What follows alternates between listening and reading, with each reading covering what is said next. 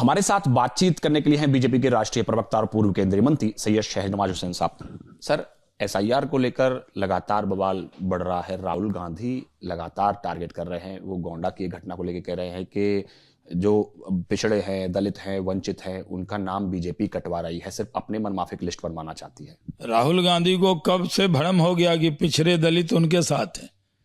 पिछड़े और दलितों के नेता तो नरेंद्र मोदी हैं, वो हमारे हैं, और एक वोटर का भी नाम हम लोग नहीं कटने देंगे। यहाँ तक एसआईआर का सवाल है, उसमें जो लोग स्वर्गवास कर गए, जो स्वर्ग में हैं, जन्नत में हैं, उनके नाम कटेंगे। जिनके नाम 2 जगह हैं वो एक नाम डिलीट होगा, और जो बांग्लादेशी हैं उनके नाम कटेंगे। लेकिन राहुल गांधी बांग्लादेशी घुसपैठियों के नाम न कटे, इसके लिए वो पिछड़े और दलित का नाम ले रहे हैं। बिहार में हार का ठीकरा अपने ऊपर नहीं लेना चाहते, एसआईआर पर फोड़ना चाहते। एसआईआर को लेकर विवाद पैदा कर रहे हैं। एसआईआर को लेकर बिहार में तो कोई भ्रम नहीं था। कौन से बूथ हैं जहां पे हजारों लोग आ गए या 500 लोग आ गए, कहने लगे कि हमारा वोट काट दिया? किसी का वोट नहीं कटा। बल्कि पहले होता था कि वोटर बहुत थे जो डेथ कर गए 20 साल पहले, उनका भी नाम होता था। सब नाम कट गए, इसलिए परसेंटेज भी बढ़ा हुआ दिख रहा था, क्योंकि ज़्यादातर वोटर जो वैलिड वोटर थे, बोनाफाइड वोटर थे, उन्होंने वोट किया और अच्छी सरकार के लिए किया। लेकिन राहुल गांधी और ममता बनर्जी एसआईआर को मुद्दा बना रहे हैं। इन दोनों को एसआईआर से डर लग रहा है। इनको मालूम है कि एसआईआर तो बंगाल में भी होगा, और उसमें बांग्लादेशी घुसपैठियों के नाम कटने के डर से ममता जी भी परेशान चल रही हैं। वो भी अभी से एसआईआर को बहाना बना रही हैं।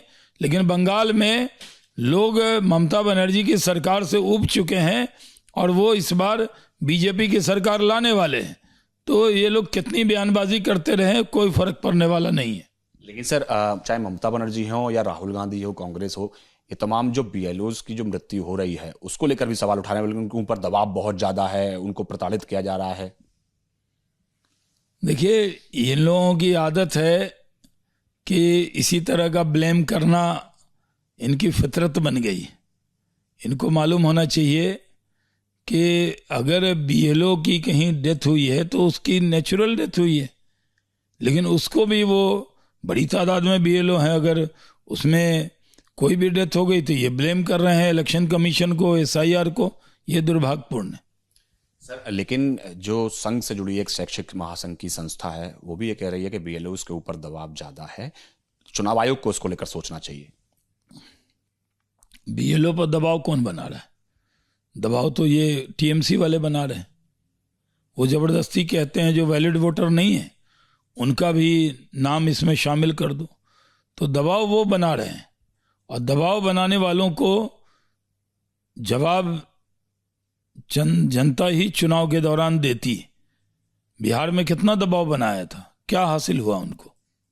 धन्यवाद हमसे बात करने के लिए। कैमरा पर्सन निखिल रसोगी के साथ पवन गौड़, एबीपी न्यूज, दिल्ली।